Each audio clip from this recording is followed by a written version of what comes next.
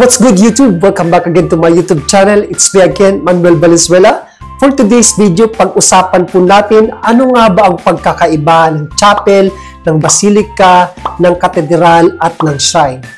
In this episode, pag-usapan natin yan.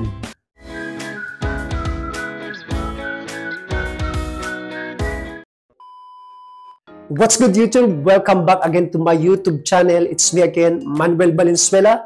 For today's video, pag-usapan po natin ano nga ba yung pagkakaiba ng chapel, ng basilika, ng katedral at ng shrine.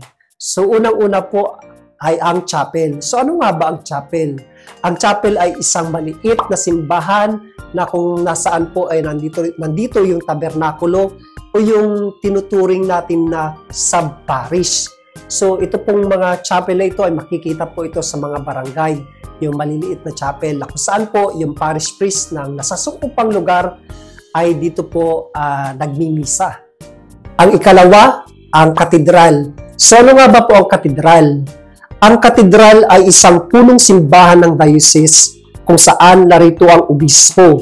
Hindi ito nasusukat sa laki o sa ganda ng dekorasyon ng simbahan, kundi narito ang obispo na nanunungkulan sa isang diocese.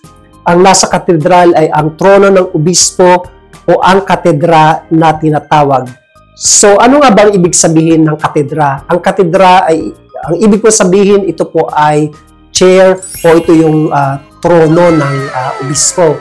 Ngayon po, ang halimbawa ng katedral ay ang Manila Cathedral at ang San Sebastian Katedral ng Lipa, Batangas. So kung tatanungin niyo po, ilan nga ba ang katedral sa buong Pilipinas? So ang Pilipinas po ay mayroong 97 katedral sa buong Pilipinas. Ang ikatlo, ang basilika. So meron pong dalawang uri ang basilika, ang major basilica at minor basilica. So ang basilika na ang tanging Santo Papa lamang ang may karapatang magbigay ng titulo at nagbibigay ng pribilehiyo galing sa Roma. Idineklara ang mga minor basilica dahil sa kanilang katandaan, katanyagan, karangalan, kagandahan at kahalagahan bilang mga bahay dalanginan. Ito rin ay pinangalan kapag ang isang simbahan ay historikal o may sagradong relic ng isang santo or santa. Kaya nga po makikita natin sa basilika, meron po doon first class na relic ng particular na santo. Halimbawa po, part po siya ng katawan. Yun yung first class.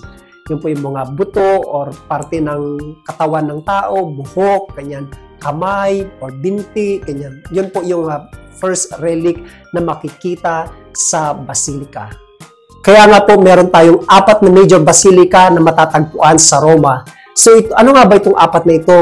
Una, ito po yung St. Peter Basilica. Pangalawa, ito po yung St. Paul outside the walls. Pangatlo, Mary Major.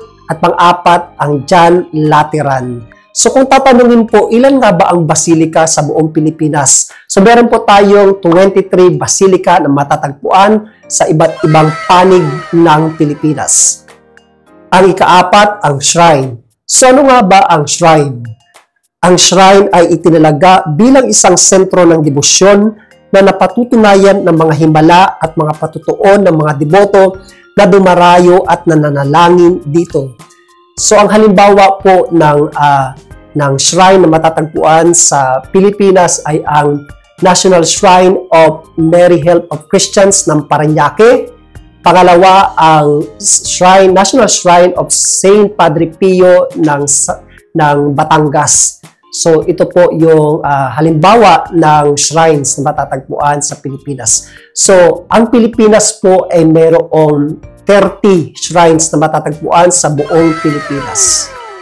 At yan po yung pagkakaiba ng chapel, ng basilika, ng katedral at ng shrines. So ngayon kapag nakita nyo na po yung simbahan, ang simbahan po lang ay hindi lamang simbahan. So marami po siyang klase. So meron pong chapel, meron pong basilika, meron pong katedral at merong shrine. So I hope nakatulong po ito sa inyo. And please, don't forget to like, share, and subscribe kung nagustuhan nyo itong content na ito. At saka i-share nyo naman po sa iba para malaman din ng iba. Maraming salamat and God bless!